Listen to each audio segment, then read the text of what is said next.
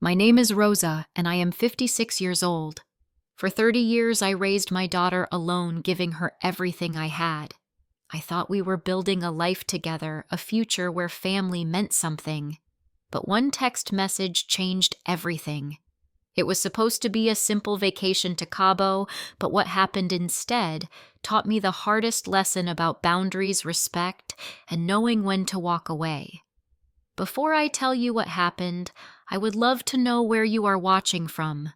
If you have ever felt taken for granted by someone you love, go ahead and hit that like button. Subscribe, because this story is about standing up for yourself when no one else will. Now let me tell you how a single text message taught me the hardest lesson about boundaries and respect. I have been a single mother since my daughter Stephanie was 3 years old.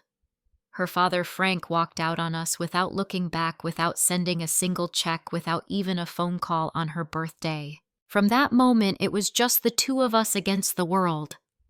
I worked as a real estate agent in Phoenix, Arizona, and let me tell you, those were not easy years.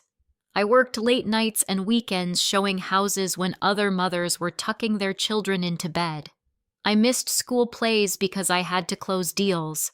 I ate ramen noodles for dinner so Stephanie could have fresh fruit in her lunchbox.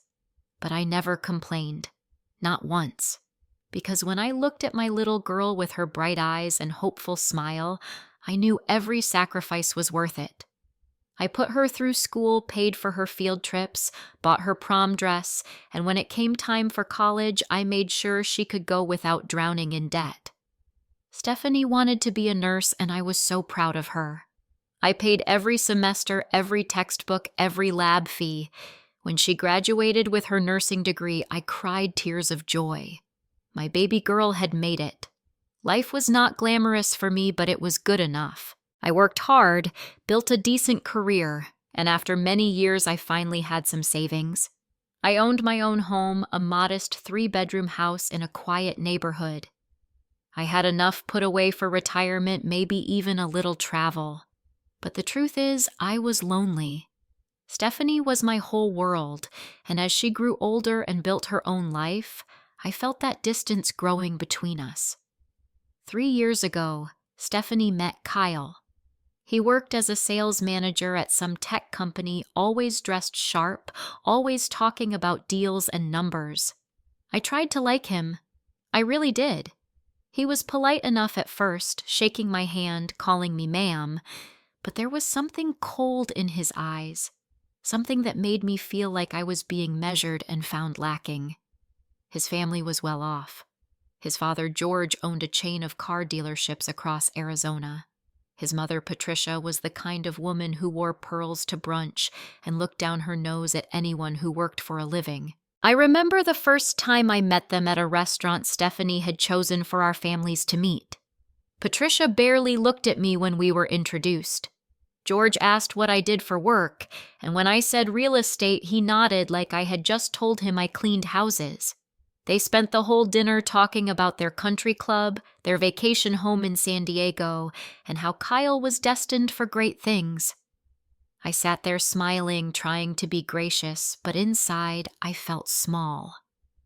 2 years ago, Stephanie and Kyle got married.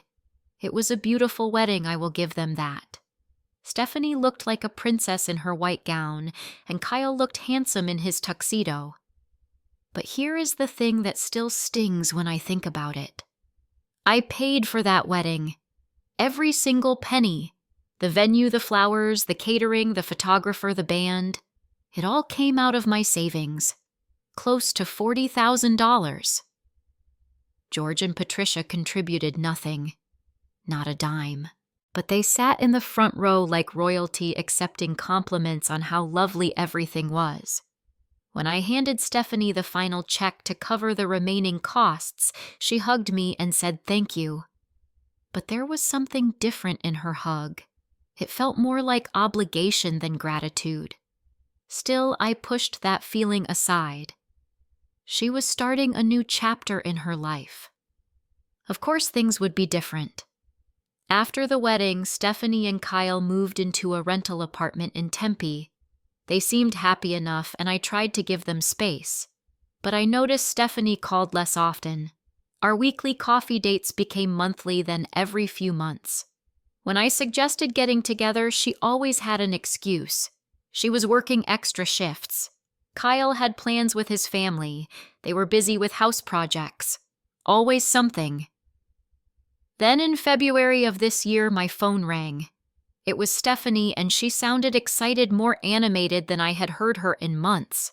"Mom," she said, "Kyle and I have been looking at houses. We found the perfect one. It is in Tempe, 3 bedrooms, 2 bathrooms, beautiful backyard. We want to start a family and we need a real home." My heart swelled with happiness. A grandchild. The thought filled me with warmth. "Of course, honey," I said. "That is wonderful news." She went on to tell me about the house, how it was listed at $350,000, how she and Kyle had saved enough for a down payment of $70,000. But then she paused, and I heard the shift in her voice. "Mom," she said slowly, "we need help with the rest." I should have asked more questions right then. I should have said, "Let me think about it." But instead, I said what I always said to my daughter. "How much do you need?" Stephanie explained that if I could cover the remaining $280,000, they could own the house outright. Kyle would pay me back over time, she assured me. They would draw up an agreement, make monthly payments, whatever I needed. I sat there with the phone pressed to my ear, doing the math in my head. $280,000.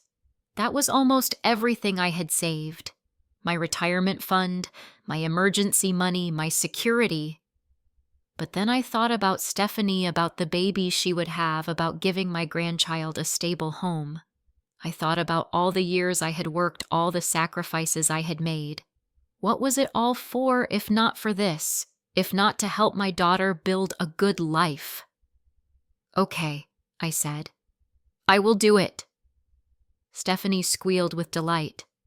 "Oh, Mom, thank you. Thank you. Thank you. You are the best. I am so lucky to have you. We will make you so proud. I will never forget this." Those words echoed in my mind for days. I will never forget this. At the time, I thought she meant it as a promise. I had no idea it would turn into something else entirely. I thought I was investing in my daughter's future, in my grandchild's future, in our family. I had no idea I was buying my own heartbreak. The process of buying the house moved quickly, too quickly looking back. I met with my lawyer, Barbara Walsh, a sharp woman in her 60s who had handled real estate deals for me before. She knew I was planning to help Stephanie, and when I told her the amount, her eyebrows shot up. "Rosa," she said, leaning forward across her desk, "that is a lot of money. You need to protect yourself." "I know," I said, "but it is for my daughter." Barbara nodded slowly. "I understand. But let me suggest something. Put your name on the deed along with Stephanie and Kyle.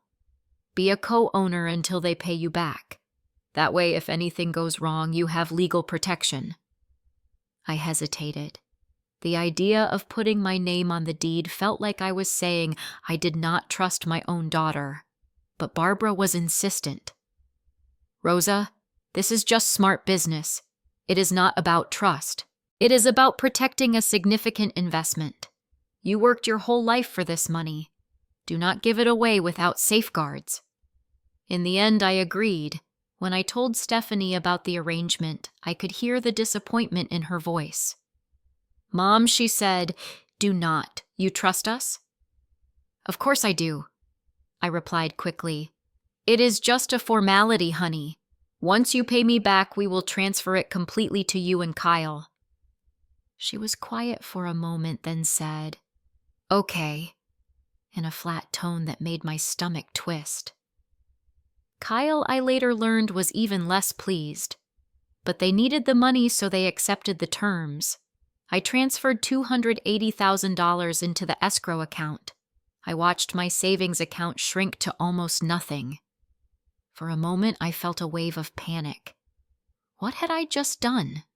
But then I thought about Stephanie, about her happiness, and I pushed the fear away. In March, the deal closed. The house officially belonged to all three of us: Rosa Martinez, Stephanie Martinez Thompson, and Kyle Thompson. I drove over to the house on the day they got the keys. Stephanie met me at the door, and for a moment she looked like my little girl again. "Thank you, Mom," she said, and she hugged me. Kyle appeared behind her holding boxes. "Thanks, Rosa," he said, but his smile did not reach his eyes.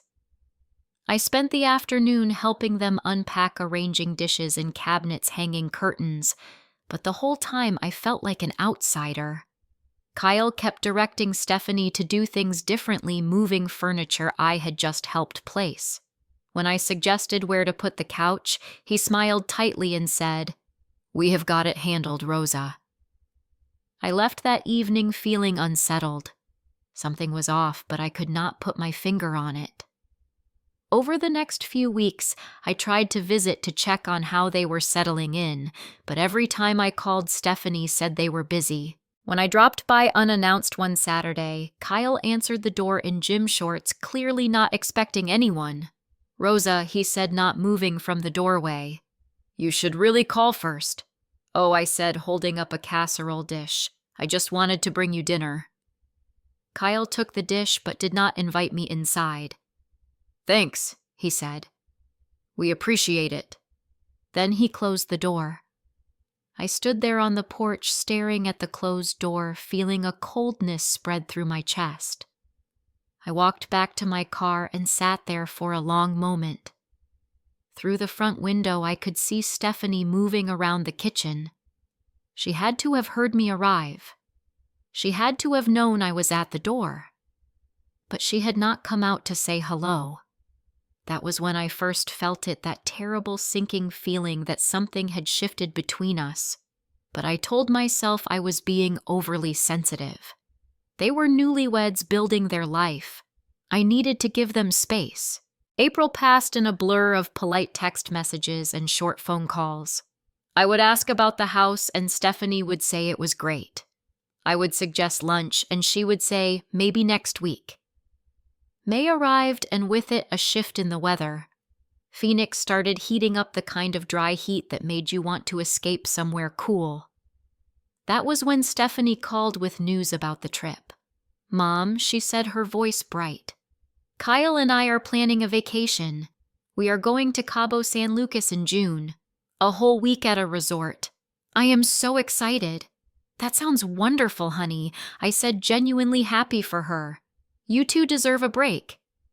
"Yeah," she continued. "Kyle's parents are coming too. They are paying for the resort. It is going to be a really nice family trip." Family trip. The words hung in the air. I waited for her to say more, to extend an invitation, but there was only silence. "Oh," I finally said. "That sounds nice." We chatted for a few more minutes and then she had to go. I hung up feeling hollow. A family trip, but I was not invited. I tried to tell myself it was fine. They wanted time with Kyle's family. I did not need to be included in everything. But it hurt. It hurt more than I wanted to admit. A few days later, I received an email from Stephanie. The subject line read, "Cabo trip details." I opened it expecting maybe some photos of the resort or a note saying, "Wish you were here." Instead, it was a full itinerary. Flight times, hotel name, dinner reservations, excursion bookings. And at the top, a list of attendees: Kyle Thompson, Stephanie Martinez Thompson, George Thompson, Patricia Thompson, Derek Thompson, Amanda Thompson. 6 names: Kyle, Stephanie, Kyle's parents, and Kyle's brother and sister-in-law. No Rosa Martinez. I stared at the email, reading it over and over as if the words might change. Why had she sent this to me? Was it a mistake I texted her? "Got your email. Looks like a great trip," she replied an hour later. "Oh yeah, just wanted to keep you in the loop." I hesitated, then typed, "Am I not going?" 3 dots appeared, then disappeared, then appeared again. Finally, her response came. "It is just for Kyle's family, Mom. A bonding thing. I will call you when we get back." I sat with my phone in my hand, feeling like I had been slapped. Just for Kyle's family. As if I was not her family. As if 30 years of raising her alone, of sacrificing everything, meant nothing. I wanted to call her to ask what she meant, but something stopped me. Maybe it was pride. Maybe it was fear.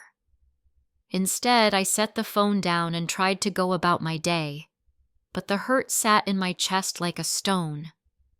The next few weeks passed in a haze.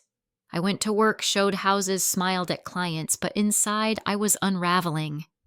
Every time I thought about that email about those 6 names that did not include mine, I felt the hurt deepen. I tried to rationalize it. Maybe Kyle's family wanted private time. Maybe Stephanie felt caught in the middle. Maybe I was overreacting. But no matter how I framed it, the message was clear. I was not part of their family. On a Thursday night in late May, I could not take it anymore. I needed to understand what was happening. I picked up my phone and scrolled through Stephanie's social media. She had posted photos from a dinner at Kyle's parents' house. There was Stephanie smiling beside Patricia, who had her arm around my daughter like she was her own. There was Kyle and his father holding glasses of wine, looking pleased. The caption read, "So blessed to have such an amazing family. Love these people." I stared at the word family. She had used it so casually, so easily to describe Kyle's relatives. But when it came to me, her own mother, I was not family enough to join a vacation. I closed the app and sat in the darkness of my living room. Memories flooded back. Stephanie at 6 holding my hand on her first day of school. Stephanie at 12 crying on my shoulder after her first heartbreak. Stephanie at 18 hugging me on graduation day, whispering, "Thank you for everything, Mom." Where had that girl gone? The answer, I realized, was that she had not gone anywhere. She had simply grown up and decided I was no longer useful. I had served my purpose. I had raised her, educated her, paid for her wedding, bought her a house. And now that Kyle's family could offer her country clubs and luxury vacations, I was obsolete. The thought made me feel sick. Had I raised a daughter who valued money and status over loyalty and love, or had I simply been blind to who she was becoming? Friday morning, June 2nd. I woke up with a knot in my stomach. It was the day Stephanie and Kyle were leaving for Cabo. I knew their flight was at noon. Part of me wanted to text her to wish her a safe trip, to play the role of the gracious, understanding mother, but another part of me could not bring myself to do it. Why should I make this easier for her? Why should I pretend this did not hurt? At 10 in the morning, my phone buzzed. A text from Stephanie. I opened it, my heart pounding. "Mom, I need to tell you something. You will not be joining us on the Cabo trip. Kyle wants only his family there. I hope you understand. We will talk when I get back." I read the message 3 times. Each time the words felt like a knife twisting deeper. You will not be joining us. As if I had ever been invited. As if I had been planning to show up. Kyle wants only his family. Only his family. Not me. Not the woman who had given up everything to raise the woman he married. My hands shook as I typed a response. I was not planning to join. But Stephanie, I am your mother. Am I not your family? I hit send and waited. The 3 dots appeared, then disappeared. 5 minutes passed. 10. 20. No response. I called her. It went straight to voicemail. I tried again. Same result. She had silenced me literally and figuratively. I sent another text. We need to talk about this. Again, no response. She was done with me. She had said what she needed to say, and now she was off to Cabo with her real family. I sat on my couch, phone in hand, and felt something inside me break.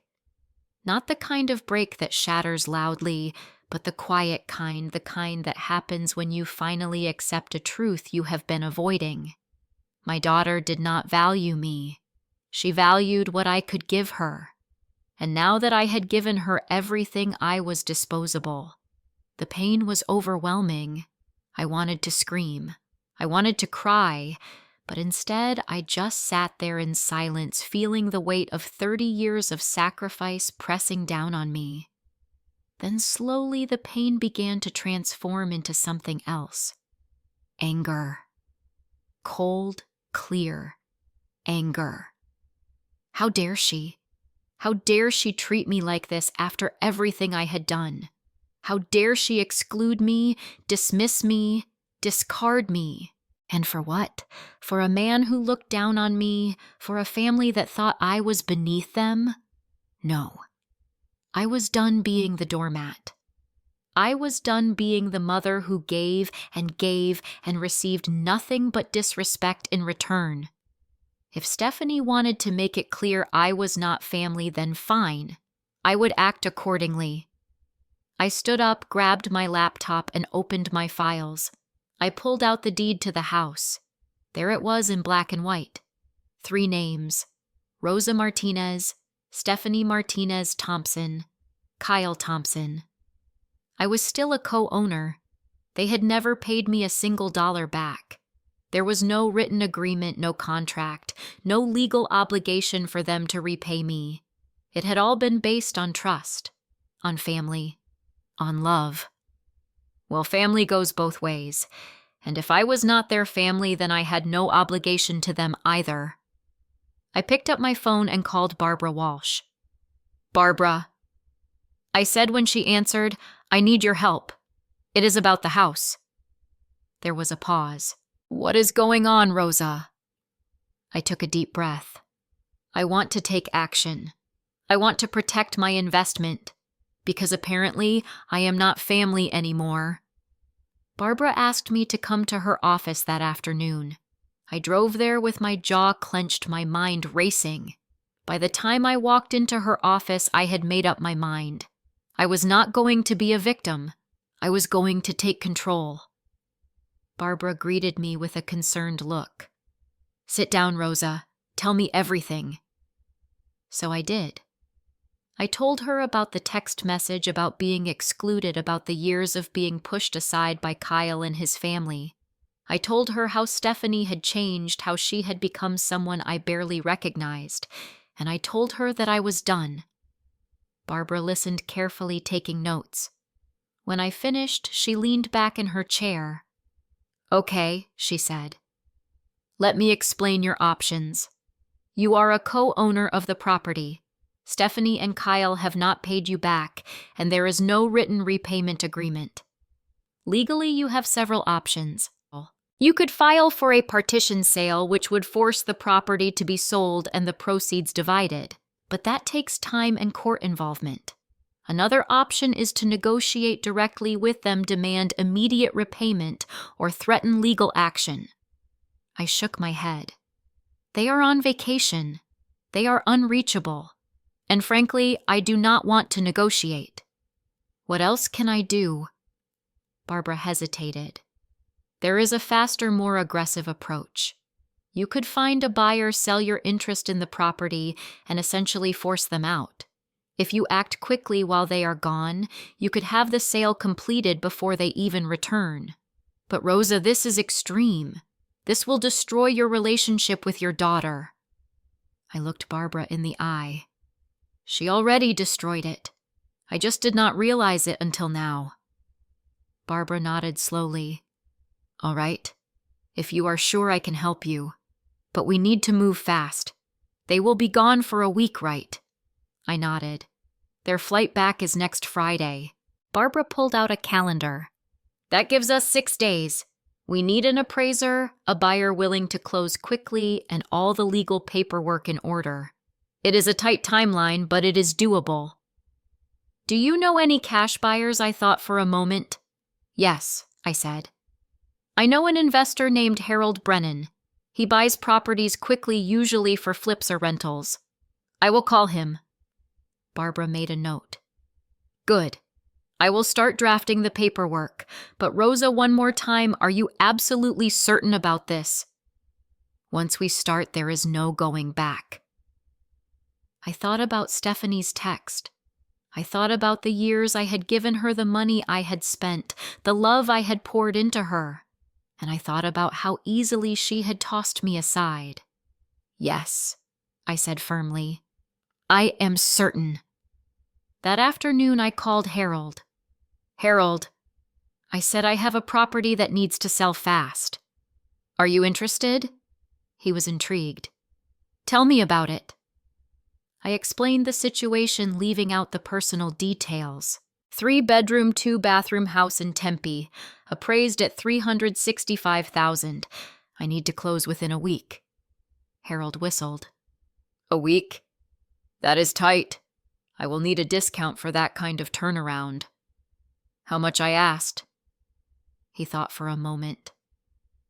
I can do $355,000 cash close in 5 days. I did the math quickly.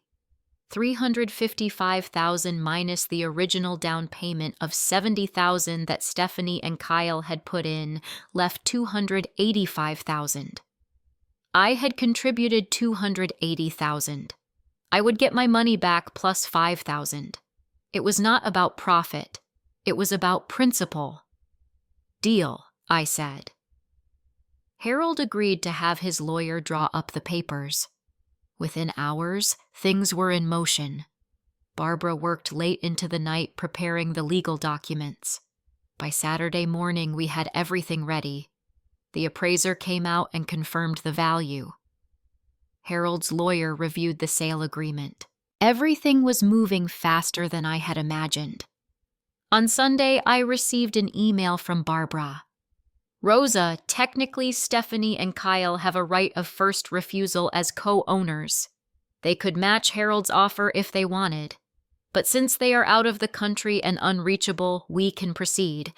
By the time they find out, the sale will be complete. I stared at the email. This was really happening. I was really doing this.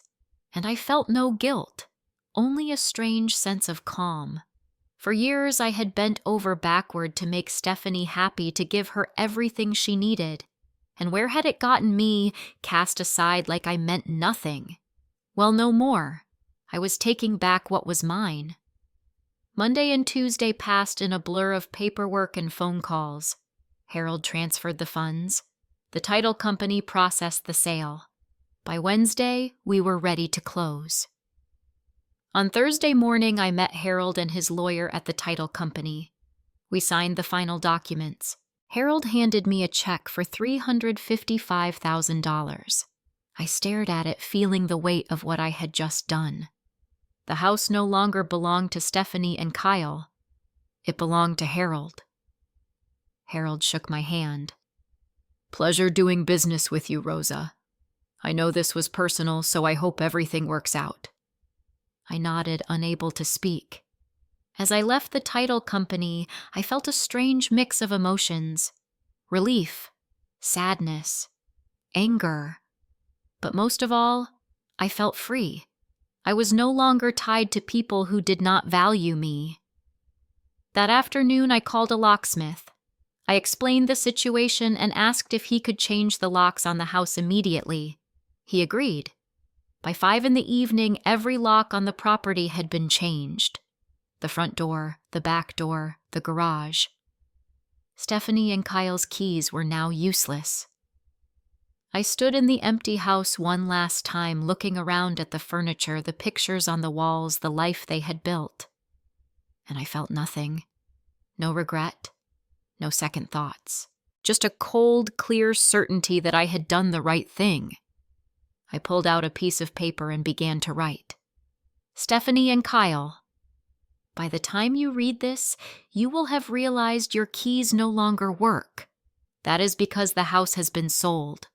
I was a co-owner, and since there was no repayment agreement and you made it clear I am not part of your family, I exercised my legal right to sell my interest in the property. The new owner is Harold Brennan. His contact information is below. You will need to arrange with him to retrieve your belongings. I hope the trip to Cabo with your real family was worth it. Rosa. I placed the letter on the kitchen counter along with the old keys that no longer worked. Then I walked out, locked the door behind me, and drove away. I did not look back. Friday arrived. The day Stephanie and Kyle were supposed to return from Cabo. I knew their flight landed at 4 in the afternoon. I stayed home waiting. I did not know what to expect, but I knew it was coming. At 6 in the evening, my phone rang. Stephanie. I let it ring. I was not ready to talk to her yet. The call went to voicemail. A minute later, another call. I ignored it again. Then a voicemail notification popped up. I played it. Mom. Stephanie's voice was shaking. What the hell did you do? Our keys do not work. There are new locks. Call me back right now. I deleted the voicemail. Another call came through, this time from Kyle. I ignored it. His voicemail was angrier. Rosa, this is illegal. You cannot just sell our house. We are calling the police. I almost laughed. Calling the police? For what? Everything I had done was completely legal. I was a co-owner. There was no written contract.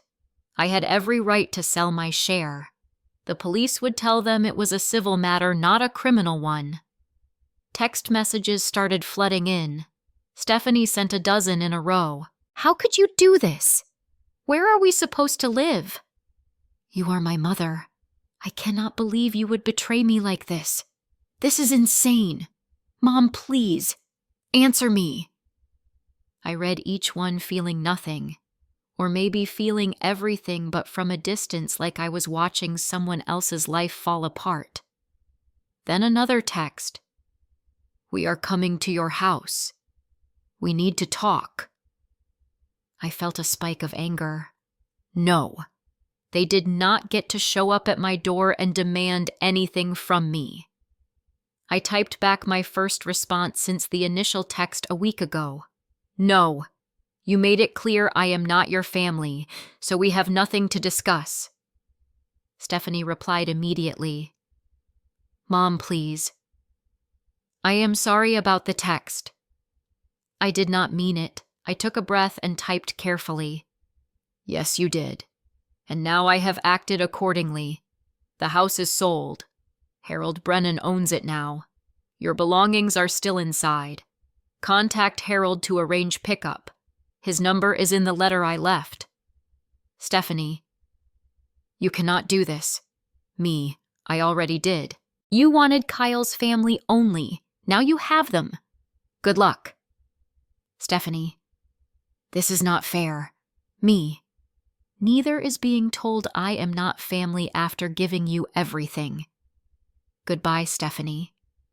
And then I did something I never thought I would do. I blocked her number. I blocked Kyle's number. I blocked them both from my phone, from my life. I turned off my phone completely and sat in the silence of my living room. For the first time in weeks, I felt at peace. The weight that had been pressing on my chest was gone. I had stood up for myself. I had drawn a boundary. I had said no, and it felt powerful.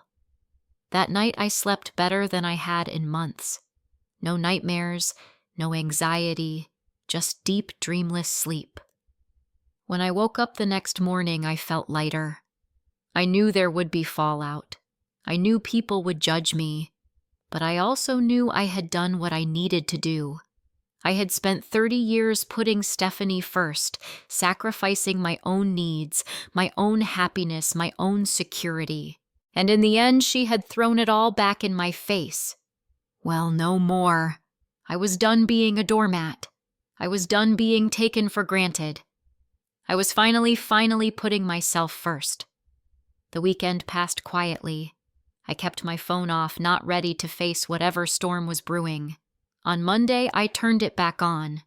Immediately, it buzzed with notifications, missed calls, voicemails, text messages, but none from Stephanie or Kyle since I had blocked them. Instead, there was a call from an unknown number. I listened to the voicemail. It was George Kyle's father. His voice was cold and furious. "What kind of mother are you, kicking your own daughter out of her home? You are a disgrace. We will be taking legal action. Mark my words." I felt a flicker of anger but pushed it down. Let them try. I had done everything by the book. Barbara had made sure of that. I called her to let her know about George's threat. She laughed, actually laughed. "Rosa, they have no case. You were a legal co-owner. There was no written agreement. You had every right to sell.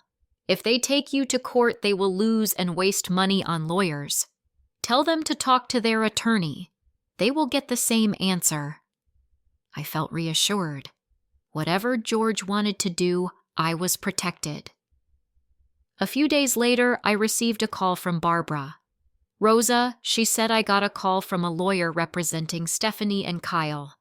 They are threatening to sue you for the return of their down payment." I felt my stomach drop. "Can they do that?" Barbara sighed. "They can try, but honestly, they do not have much of a case. The down payment was their contribution to the purchase. When the house sold, the proceeds were distributed according to ownership. You put in $280,000, they put in $70,000. You got back your share plus a small amount. They are arguing they should get their $70,000 back, but since you were all co-owners and the sale was legal, it is complicated. My advice, offer them a settlement. Give them back part of the down payment, maybe $40,000 or $50,000, just to make this go away." I thought about it. Part of me wanted to fight to refuse to give them anything, but another part of me just wanted it to be over. "Fine," I said. "I will give them $40,000. Draw up the paperwork." Barbara agreed. A week later, a settlement was reached.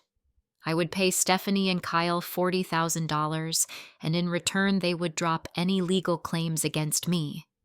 It was less than their original down payment, but it was something. I signed the papers and transferred the money, and just like that, it was done. Legally, financially, completely done. But emotionally, that was a different story. 2 weeks after the Cabo trip, I received a letter in the mail. Not an email, but an actual handwritten letter. I recognized Stephanie's handwriting on the envelope. My hand shook as I opened it. Inside was a 3-page letter. She wrote about how sorry she was, how Kyle had pressured her, how she felt caught between me and his family. She wrote about how she never thought I would actually sell the house, how she was shocked and hurt. She wrote that they were now living in a cramped apartment, that they had lost all their savings, that their marriage was strained because of financial stress.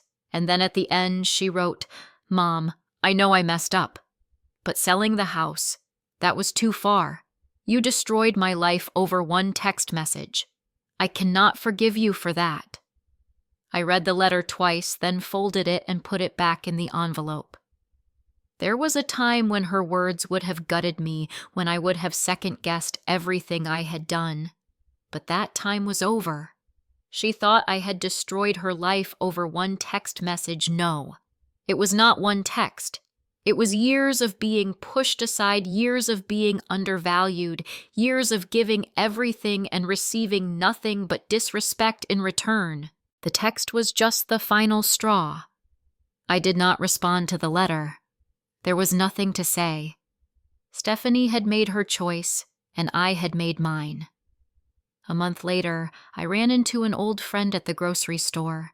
She had heard about what happened through the grapevine. Small town syndrome, even in a city like Phoenix. "Rosa," she said, touching my arm. "I heard about you and Stephanie. I am so sorry. Are you doing okay?" I smiled a real smile.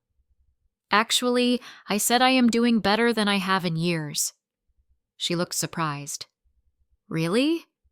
I nodded. Really. I finally learned to put myself first. It was a hard lesson, but I needed it. As the weeks turned into months, I started to rebuild my life. I joined a yoga class and met a group of women who became friends. I started hiking again, something I had loved but given up because I was always too busy or too tired. I even started dating. His name was Alan, a retired teacher with kind eyes and a gentle laugh. We met at a bookstore, both reaching for the same novel. He asked me to coffee and I said yes. It felt strange at first putting myself out there, allowing myself to be happy, but it also felt right. I thought about Stephanie often. I wondered how she was doing, if she was okay, if she ever thought about me. Part of me hoped she would reach out, not to apologize, but just to talk. But she never did. And slowly I made peace with that. Maybe we would reconcile someday. Maybe when she had children of her own and understood what it meant to sacrifice everything for someone you love. Or maybe we would not. Maybe this was the end of our story, and if it was, I would be okay, because I had finally learned that loving someone does not mean losing yourself. It does not mean accepting disrespect or mistreatment. It means setting boundaries, standing up for yourself, and knowing your worth. 6 months after the Cabo trip, it was December. The holidays were approaching and Phoenix was finally cooling down. I had not spoken to Stephanie since the day I blocked her number.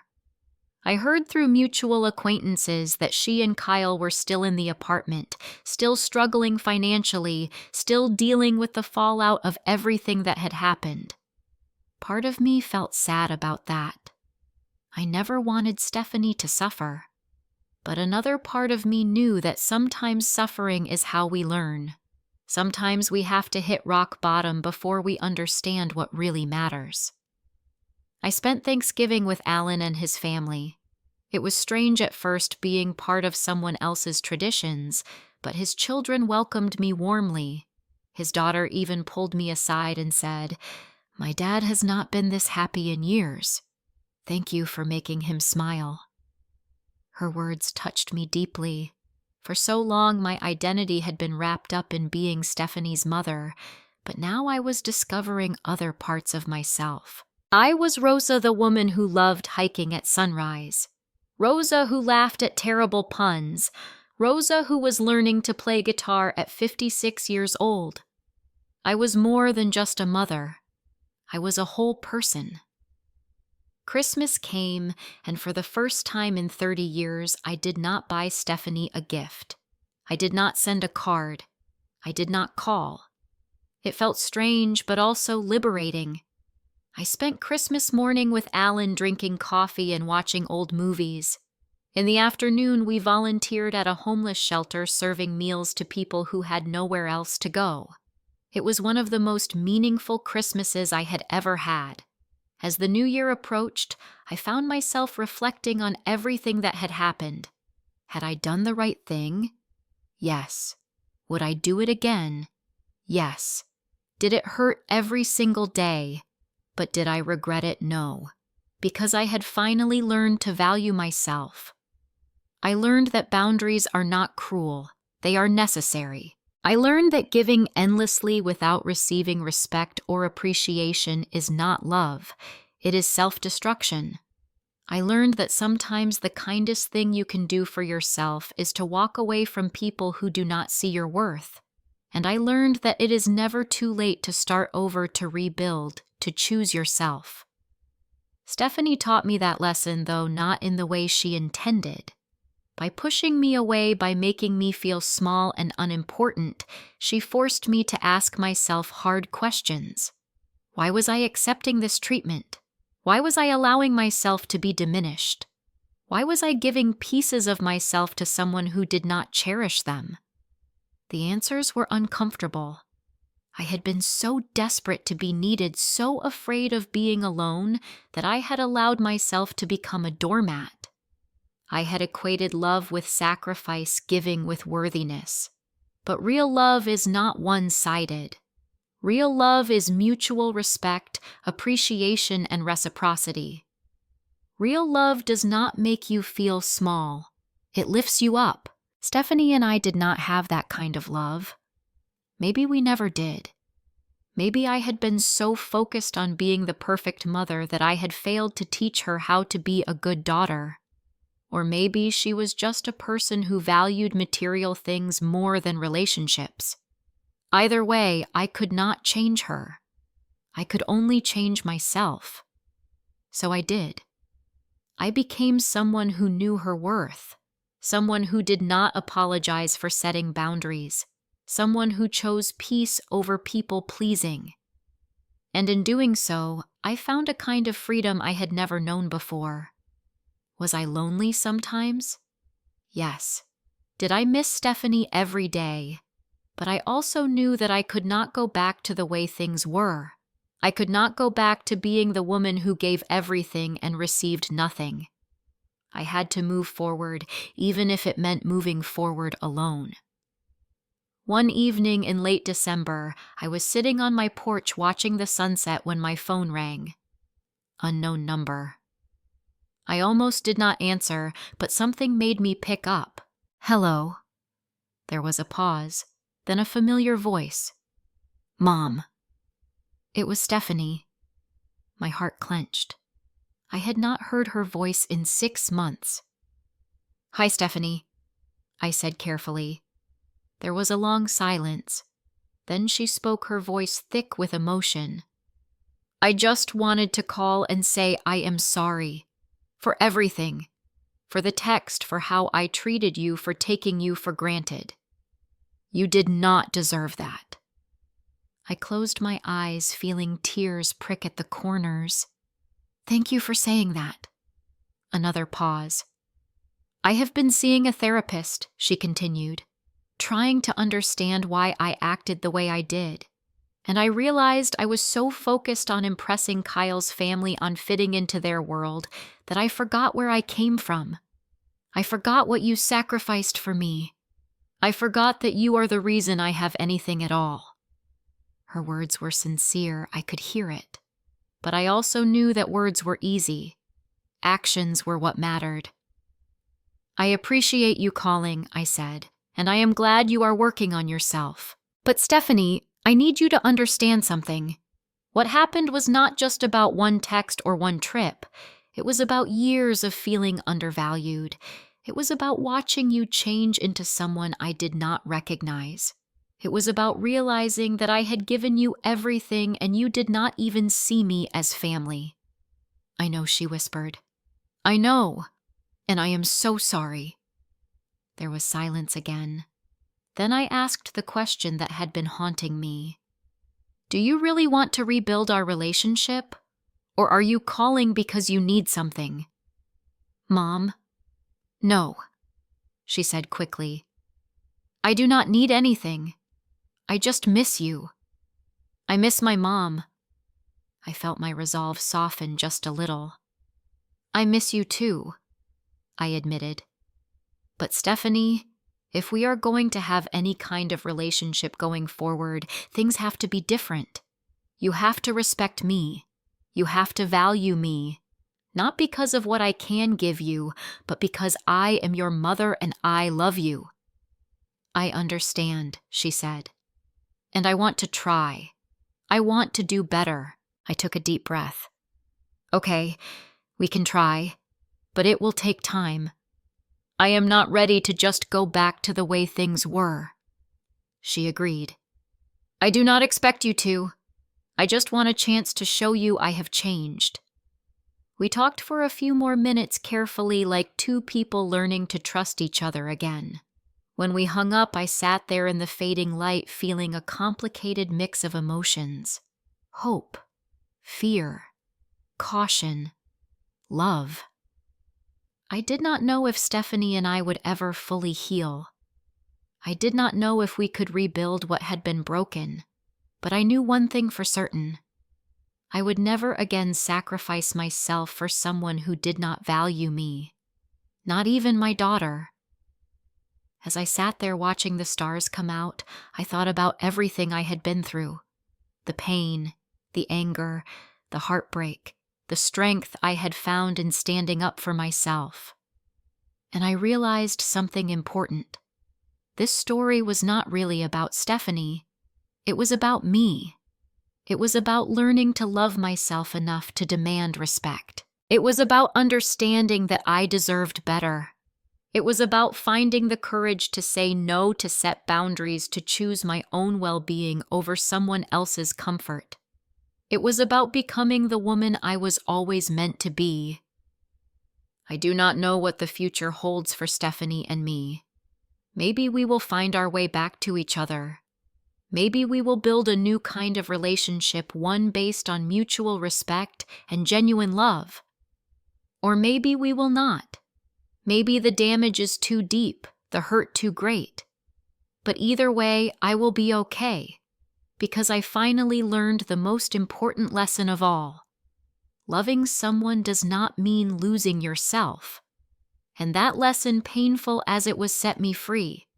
So let me ask you, have you ever had to set boundaries with someone you love, even when it hurt? Have you ever had to choose yourself over someone else's expectations? Drop a comment below and share your story. If this resonated with you, please hit that like button. Subscribe to the channel so you do not miss more stories about finding strength in difficult situations. And share this with someone who might need to hear it, someone who is struggling to stand up for themselves. Thank you for listening to my story. I know it was not easy to hear, but sometimes the hardest stories are the ones we need most. I hope wherever you are, whatever you are going through, you remember that you are worthy of respect, of love, of kindness. And if someone cannot give you that, even someone you love deeply, it is okay to walk away. It is okay to choose yourself. You deserve that. Take care of yourselves and remember, family is not just about blood. It is about respect, love, and showing up for each other. Until next time.